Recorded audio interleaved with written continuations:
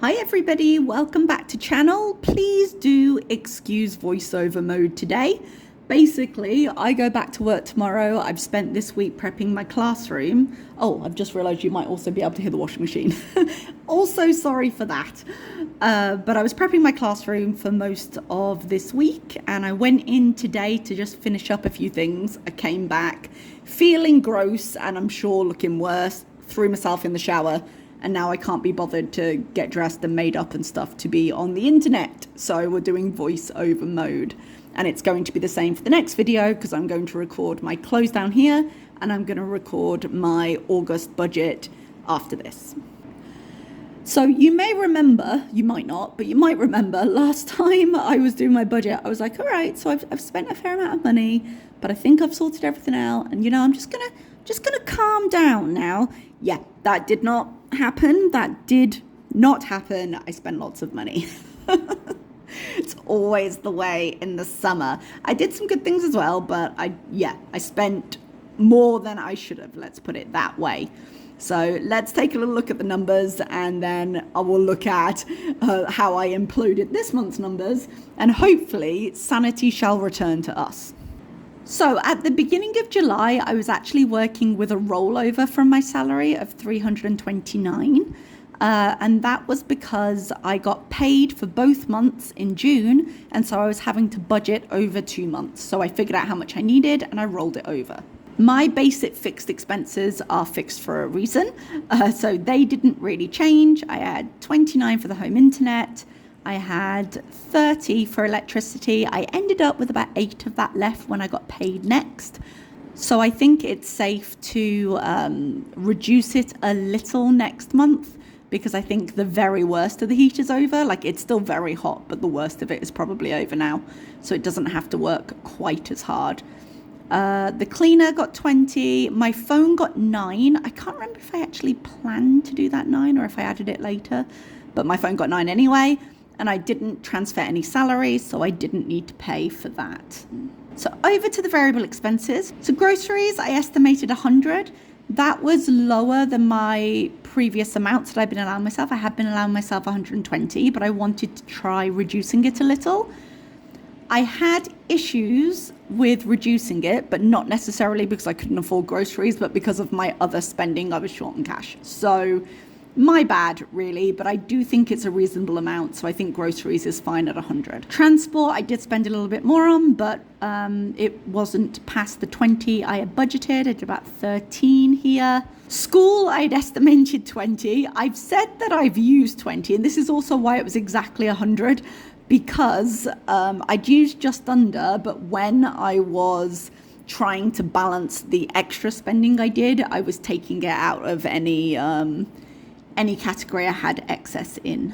Beauty and health, I spent 24. That was mostly on my medication. I didn't buy any beauty products this month, I don't think. Oh, I might have bought some toner, perhaps. I don't quite remember, but 24.20. Miss Comb, again, I was just trying to round up any category I had a little bit left to try and balance things out, so I spent 10. Spending was just general, like go to a cafe, have a coffee kind of thing, and that was 16.77. And clothing, I rounded it up towards my other spending for 25. I put this under clothing, but I bought fabric this month. I can't remember if I told everybody last time, but I did buy a sewing machine this pay period, in the July pay period, I think it was. And so I bought some fabric. I bought some cheap bed sheets to practice on, and I bought some other things. So that, it says clothing, but it's also like fabric and sewing supplies and things. So that's how the local money went. Now let's go into the home money. So the other spending, which I don't usually fill in, wow, my washing machine is just going into hyperdrive right now. It's coming to the end of the cycle. My other spending, it says 100. That was because I bought the sewing machine. So that's got an extra 100 in that section.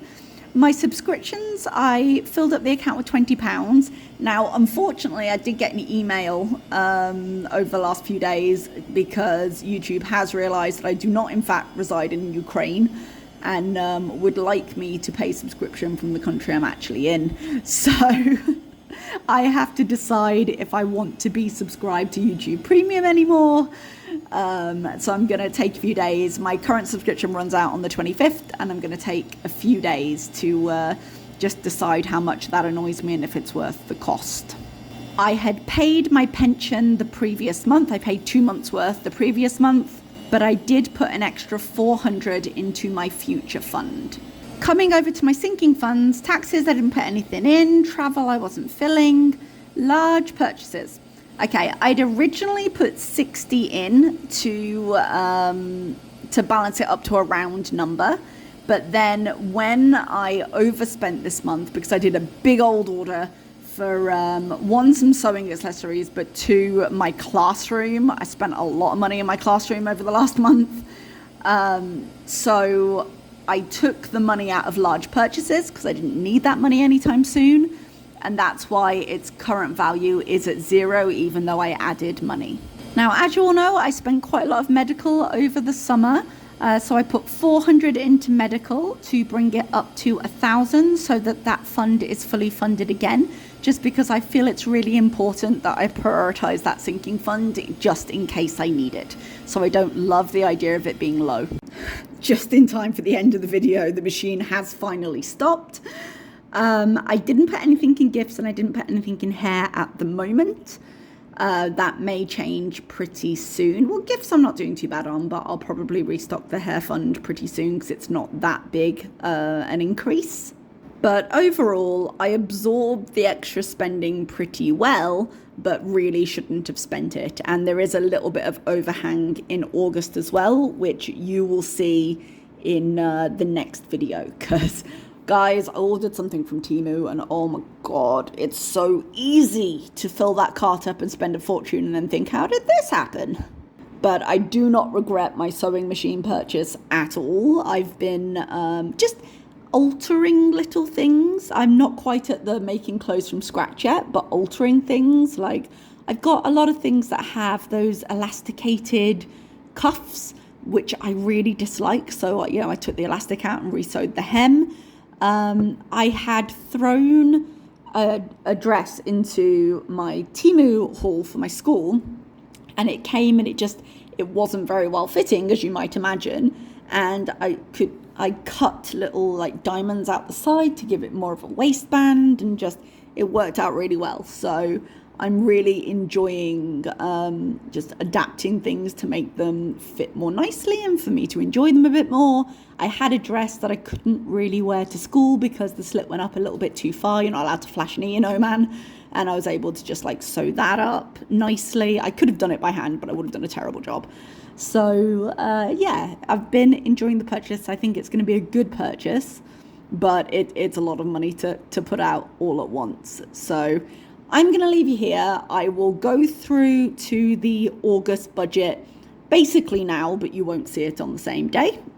And I'll show you what I've been up to, and then hopefully things will get back to normal. So thank you for listening, and I will see you next time. Bye.